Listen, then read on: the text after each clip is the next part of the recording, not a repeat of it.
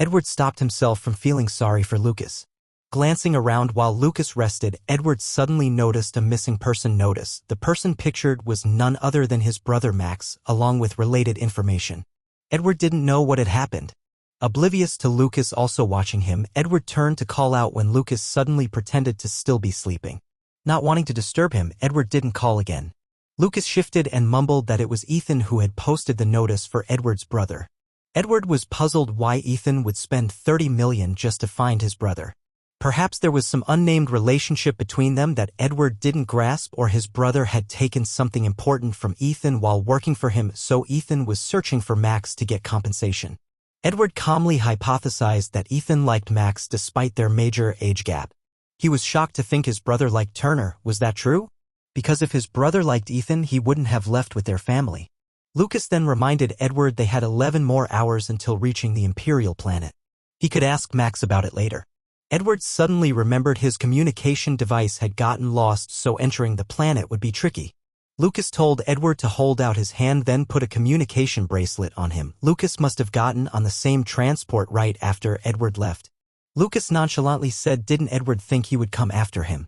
Back then when Lucas operated on Edward, he probably thought it wouldn't happen either. Edward asked about Lucas' operation and Lucas simply replied it was successful before an awkward silence descended. Edward asked to use the bathroom. Lucas opened the bathroom door for him and even stood guard outside in case anything happened, much to Edward's utter embarrassment. Lucas really was a beast, Edward thought. Suddenly, the spaceship shook. As the spaceship shook, Edward fell into Lucas' arms. Seizing the chance, Lucas embraced him while Edward gripped Lucas tighter in return. Edward caught a whiff of Lucas' familiar scent, his face reddening as he hurriedly thanked Lucas and tried to leave, but Lucas held him firmly against his body and brought Edward back out to sit down. Edward mentally scolded himself. He had promised to forget Lucas, yet still couldn't help reacting to his presence. When Lucas leaned over to buckle Edward's seatbelt, Edward's fragile heart couldn't withstand the tenderness. As Edward sank into his thoughts, Lucas had already asked his subordinate about the earlier shaking. It turned out they had encountered anomalous air currents and would probably need to change routes. Lucas saw they just needed to land somewhere for the storm to pass before resuming their journey. The nearest inhabitable planet was Icy Planet No. 26, which had restaurants and hotels providing accommodations, very convenient. Edward worried they might not make it straight home due to the inclement weather and would likely have to stay until tomorrow. At the Transit Building's restaurant, Edward and Lucas were choosing dishes together as the waiter respectfully stood by. Curious, Edward looked outside and Lucas explained the architecture he was gazing at intently was the iconic glass palace. Edward was amazed at Lucas' knowledge. Lucas must have visited before, but his flat response felt like a slap, saying it was just middle school geography. Edward let out an embarrassed "oh," thinking perhaps the cleverness he loved had disappeared after Lucas' operation, which disappointed him a bit. Overhearing Edward's regretful murmurs, Lucas bristled with jealousy. Regretful or not, it hadn't stopped Edward from seeking new love. Somewhat disappointed, Edward mumbled that still, he couldn't return with Lucas. Lucas firmly grasped Edward's hand, affirming that other personalities still existed to continue loving Edward, making his heart race chaotically. Flustered, Edward looked away, but Lucas just smiled softly and told him to hurry up and eat. Going back 7 years ago to their wedding night that Edward had greatly anticipated, but the greater the anticipation, the greater the disappointment. He went upstairs looking for Lucas, who wanted separate rooms while Edward insisted on sleeping together. Despite Lucas' coldness, Edward wasn't disheartened even though their marriage was forced. Lucas avoided him and said he wanted to shower, making Edward excitedly wonder what pose he should get his body into to be most suitable. He nervously awaited Lucas' return, trembling with anticipation. Unsure if he should try to seduce Lucas, upon reflection Edward felt doing so would be too indecent and diminish his dignity. The bathroom door creaked open as Lucas emerged, his beauty striking. Edward tensely sat upright on the bed like an obedient cat, eyes fixed on Lucas, who approached the cabinet and took out a suspicious blue box. When asked, Lucas curtly said it was protection so there would be no babies. Edward understood Lucas didn't like him, not an ounce of affection appeared in his eyes. But for Lucas to proactively use protection to avoid having children was too painful for Edward. No longer caring, Edward resigned himself to letting Lucas do as he pleased, thinking that someday he could earn Lucas' good graces. Edward was shoved down by Lucas, who coldly said he hoped Edward wouldn't use a child to shackle his life. In present day, Edward didn't understand why Lucas had changed and would absolutely not let him know about the baby's existence. Edward no longer wanted to use that innocent life to grasp at Lucas' affections. Entering the hotel room with only one bed, Edward was suspicious, but Lucas asserted they would sleep separately with no infringing on the other's space. Edward made no demands, aware Lucas disliked rooming together. Suddenly, Lucas told Edward to take his sweaty shirt off to avoid catching a cold. Startled by this unexpected display of concern and warmth from Lucas, Edward recoiled in fear while avoiding him. Perplexed, Lucas pressed Edward against the wall, questioning if he really feared Lucas that much. As Edward desperately wriggled away and automatically removed his shirt before hurrying to shower, he clarified, not wanting Lucas to misunderstand he was trying to seduce him. Hearing this, Lucas became extremely angry. In the bathroom, bubbles of thoughts flooded Edward's mind like overflowing soap suds.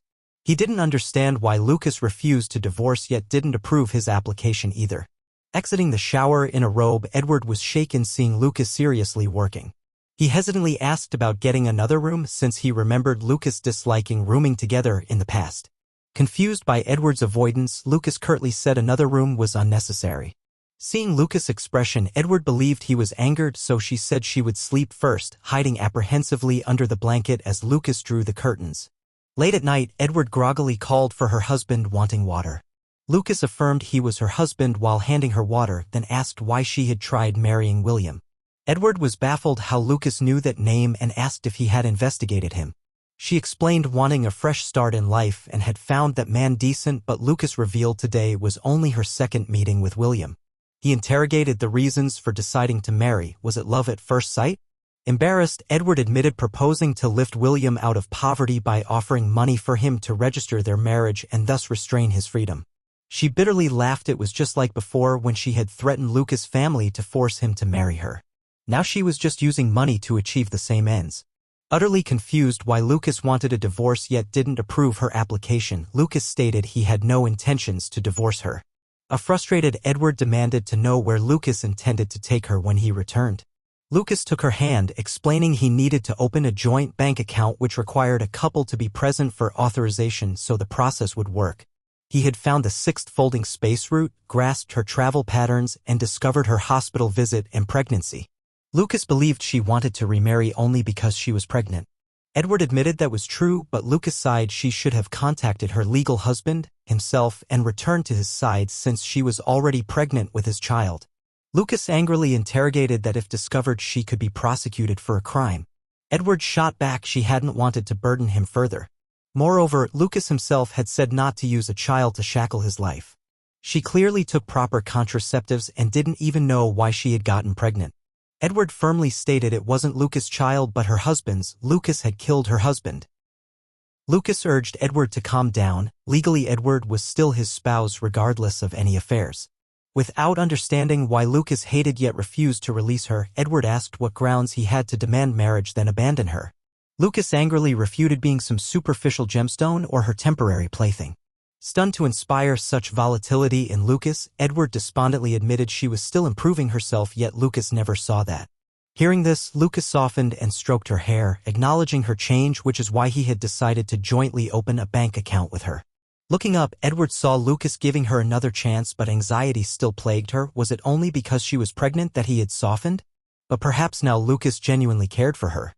Flushing, Edward stared intently at Lucas, then tightly grasped his hand, desperately hoping the man before her was the real Lucas and not his alternate personality. Sensing her preference for that other persona, Lucas aggressively asserted he was her one and only spouse. The personality she loved no longer existed. Trembling faintly, Lucas tilted Edward's chin up and pressed a fiery kiss to her lips. Stunned as Lucas had never before taken initiative with her, Edward watched him abruptly pull back, red-faced as he covered his mouth, likely wondering if his feelings had gotten through to her. Tongue-tied, Edward hesitated to ask when he had started liking her, but instead pondered aloud that Lucas had changed his perspective of her after noticing Edward's own positive improvements.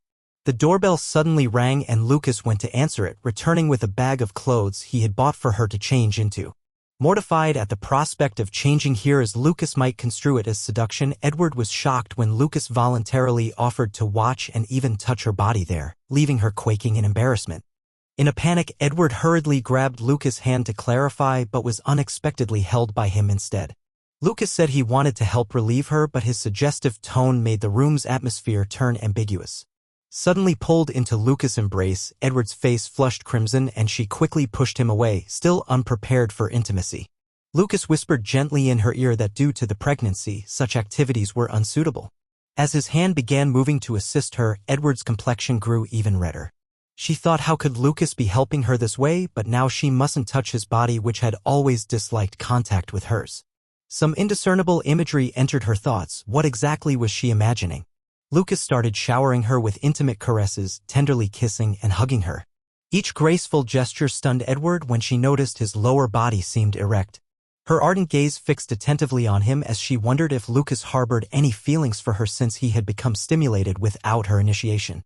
Appreciative of his assistance, Edward offered to reciprocate, but Lucas brusquely declined any help from her. Clutching the sheets, she felt utterly awkward. Sometime later, Lucas opened the door. Edward instinctively jolted up and glanced his way, disconcerted, but Lucas suddenly spoke, saying after she recovered they could resume activities. Upon returning, he would bring her for prenatal exams and adhere to the doctor's advice. In a small voice, Edward denied having any such intentions, but Lucas questioned if she understood yet. Bewildered what Lucas meant for her to grasp, he explained he had come searching for Edward and wanted to bring her back not due to wanting a divorce but to reconnect and continue their partnership. Gripping her hands to her chest, she asked if he liked her. Lucas firmly held her hands in return as he categorically affirmed his fondness of her. Shocked, having assumed Lucas always detested her, he acknowledged her past deeds truly engendered immense hatred in others, the remark piercing her young heart like an arrow. Yet Lucas reiterated he genuinely cherished her, entranced from the outset by her beguiling beauty which resembled beholding an angel. Edward blushed furiously, red as a tomato. Recalls the time when Edward chenlved Lucas Peach from the first sight during a basketball game. He tried to interact with Lucas a few times, but Lucas did not pay attention to him. Once he pretended to almost fall so Lucas would catch him, but Lucas did not care, making Edward angry. On a nice day, Edward decided to confess his love to the person he had long admired, Lucas Peach. Lucas was walking with a friend when his friend nudged him and asked if that was the famously renowned Edward Chin. Today he looked truly beautiful, making even Lucas take a glance. Edward slowly walked up to Lucas and confessed his love, but unfortunately was bluntly rejected. Back to the present, Edward and Lucas were taking a walk together and talking. Edward asked why Lucas disliked him so much initially and was not friendly to him. How could Lucas like him back then? Lucas explained that he had good feelings for Edward, but his innate dry personality made it hard for him to express emotions outwardly. Edward said that when he confessed, Lucas did not agree either. Lucas thought love needs a process, and he thought back then that Edward was just going after a beautiful decorative object that he liked, not actually confessing his love. Edward awkwardly replied that was not what he thought. The two suddenly stopped in front of a very beautiful glass building, the glass house that Edward really wanted to see. Edward was surprised and asked if this was the real Lucas. Lucas said yes. Disappointing Edward would also make Lucas angry. Edward blushed, thinking Lucas had changed so much just because of a few words from him getting angry, and now Edward could truly feel Lucas's love. Inside the building, Lucas asked Edward if he wanted to buy souvenirs. Embarrassed, Edward pointed to a shop wanting to buy gifts for his grandmother and Yaoi. While helping Edward choose gifts, Edward noticed a crystal orb with a little dolphin inside that shone brightly. As he was reaching for it, Lucas helped him grab it. Holding the item, Edward thanked Lucas and smiled very happily while Lucas looked at him longingly with loving eyes. Suddenly seeing the price, Edward was shocked that it was too expensive. He quickly put it back, telling Lucas they should look elsewhere. Edward turned and smiled awkwardly. Lucas noticed this gesture and took the orb to purchase it anyway. Edward thought Lucas had really changed from the past, probably because Edward was pregnant, so Lucas was more attentive. Lucas gave the gift to Edward, who held it joyfully. Lucas then asked if Edward liked the car at home. Confused, Edward asked if the blue car at home was bought by Lucas for him. Lucas said going out without transportation was truly inconvenient. He did not expect Lucas to have him in mind. Could he believe in Lucas again? Afterward, Edward asked why Lucas was able to find him right when he left the marriage registration place. Lucas said all of Edward's identity information was under his surveillance. As long as his network was working, it could locate Edward anywhere. But when Edward went with his family to the hot planet, they used paper registration so Lucas could not track him. Otherwise, he would have found Edward sooner. Edward thought Lucas seemed to remember the exact number of days, as if he really cared about Edward. Lucas explained at length that he wanted to ensure he could find Edward at any time. Edward apologized to him. Edward said he saw news that his older brother and father were listed among the dead, so he thought they were gone. Lucas refuted that as just an initial inaccurate list. Later, Edward and his family were listed as missing persons. Edward said if not for Chopper's help that day, before he could finish, Lucas covered his mouth, not letting Edward say such difficult words. After removing his hand from Edward's mouth, Lucas said even if no one helped that day, he would have still come to rescue Edward. Edward asked how Lucas never doubted he had died like the news said. Lucas replied he did not, then explained Edward's timid personality contrasted with his father and brother's boldness. The only person Edward knew who could help him escape was Chopper. As he spoke, Lucas opened the door and went outside. Edward was surprised Lucas had thought so much. During the month Edward lost contact, Lucas had prepared for the next search. Fortunately, Edward let Lucas find him first and was willing to go back with Lucas too. Embarrassed by Lucas's blunt words, Edward's face turned red as he started running, but he suddenly stopped and looked back. There was a horse-drawn carriage coming their way. Edward complimented the horse pulling the carriage for being truly beautiful. Lucas jokingly asked if Edward wanted to take a picture with it. Edward paused briefly then answered him. His attention was then drawn to a couple putting their arms around each other happily posing for photos, which Lucas noticed too. Lucas then put his arm around Edward's shoulder wanting them to take a picture together. Flustered, Edward asked why. Lucas said he wanted them to have a photo together. Edward's heart raced and his face turned red. Lucas told him to look into the camera lens and smile. The camera snapped when Edward suddenly turned and kissed Lucas's cheek. Embarrassed, Edward tried leaving but Lucas pulled him back and lifted him into the horse carriage to go back home. In the quiet carriage, Lucas fake coughed and said Fairy probably found Max Trin, asking if Edward wanted to contact him. Edward thanked Lucas. Lucas said due to poor signals at the hot planet, video calls wouldn't work, only regular calls. He called Fairy and asked if Max Trin was there, then passed the phone to Edward. Happily, Edward called out to his brother. Max was relieved Edward was with Lucas, saying in Edward's condition, going home with Lucas was the best decision. Edward worriedly asked if his brother and father planned to return. Max said they wouldn't for now since he wanted to develop things there, telling Edward not to worry and he'd take care of their father well. Edward then said he knew everything about his brother and Turner. He was very worried about what would happen if Turner found his brother. Turner had also posted information online everywhere looking for Edward's brother. His brother had arranged things properly and hoped Edward would not tell others of his whereabouts.